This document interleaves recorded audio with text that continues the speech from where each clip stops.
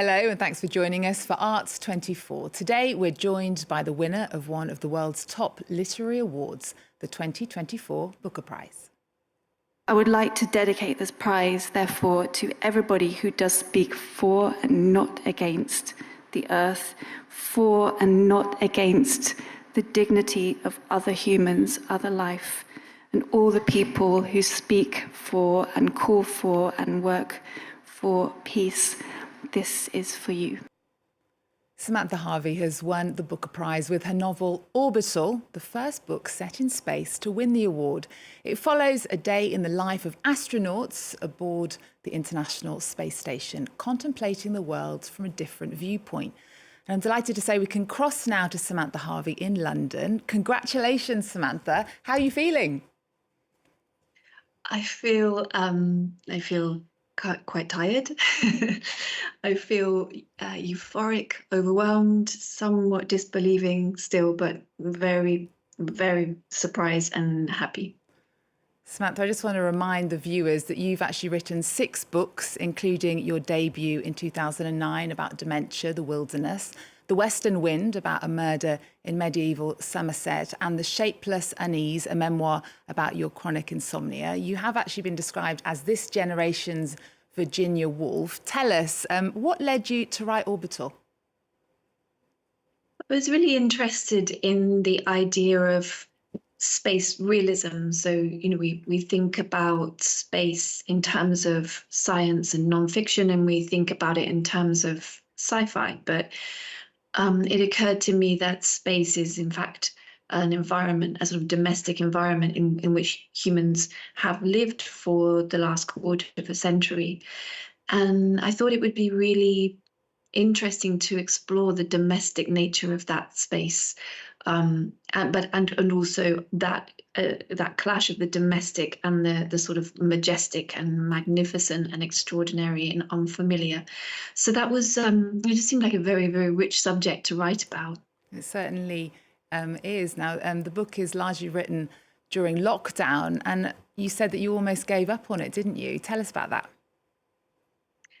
I did almost give up on it. I mean, I started it before lockdown, but I wrote a few thousand words and then I thought, oh, I can't do this. I think it wasn't that I didn't feel that I was able to write about it technically, but it was more that I didn't feel I had the legitimacy to write about it. I thought, astronauts do write about their experience of being in space. They have the legitimacy to write about that. They often write about it very beautifully. Who am I to imagine my way into this?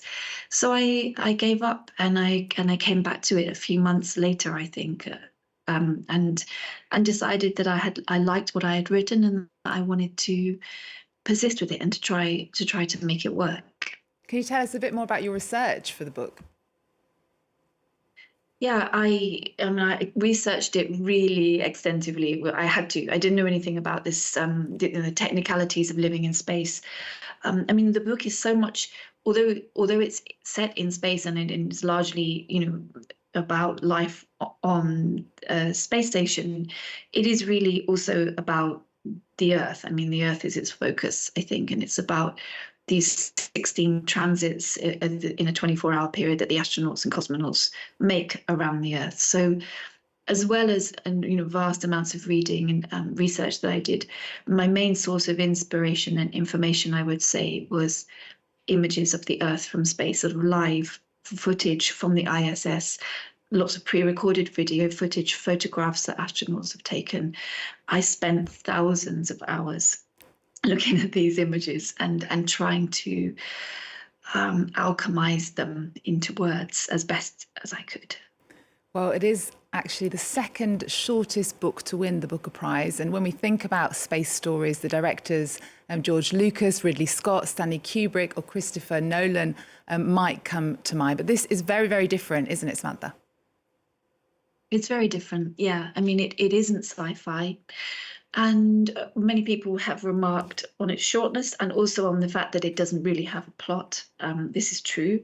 I wanted to try to write a book that did not depend upon conflict for its source of drama and propulsion. I wanted to see if there was something different I could do with this subject matter that could to make the book kind of narrative and propulsive without relying on a catastrophe or aliens or, because it's space realism, and in fact and happily our human experience of living in space in the last 25 years has not been catastrophic. It's been largely routine and peaceful. So I wanted to try to evoke that, the sort of the mundane and yet extraordinary uniqueness of circling the planet every 90 minutes and trying to get that rhythmic repetition and lack of conflict, but just to try to make the book propulsive all the same. Okay, well, Samantha, we're lucky enough to have an extract of Orbital read by the British actor Will Poulter, who we know from films We're the Millers and The Revenant. Take a listen. Where are we? Where are we? Where on earth? It's night and there's land. Into view edges a giant city nebula among reddish rust nothing. No, two cities. Johannesburg and Pretoria locked together like a binary star. Just beyond the hoop of the atmosphere is the sun, and in the next minute, it will clear the horizon and flood the earth, and dawn will come and go in a matter of seconds before daylight is everywhere at once. There we go, Will Poulter reading from your award-winning book. Now, Orbital wins the prize in a year of geopolitical crisis, likely to be the warmest year in recorded history. In the book, the astronauts track a typhoon from space over the course of a day. What do you think of the fact that the book is being read as a climate novel? I mean, I didn't write it with an agenda in mind, and I didn't write it as climate fiction, but the fact of the climate crisis is absolutely implicit in that view of the Earth from low Earth orbit. And I don't think it's a responsibility of fiction to bring about political change. I think it's a responsibility of fiction to bring about a change in the heart of its readers. If it can, in some sense, contribute to the conversation around climate change, or better still, to action around climate change, it would be amazing to me. I'm incredibly frustrated by how little we are doing, given how much we know. And we're talking about the political side of it. Space travel has always been a political symbol of superpower daring, of international cooperation. And now we often think of Elon Musk and his private space flight company when we think of space travel. I wondered, how much was this on your mind while writing?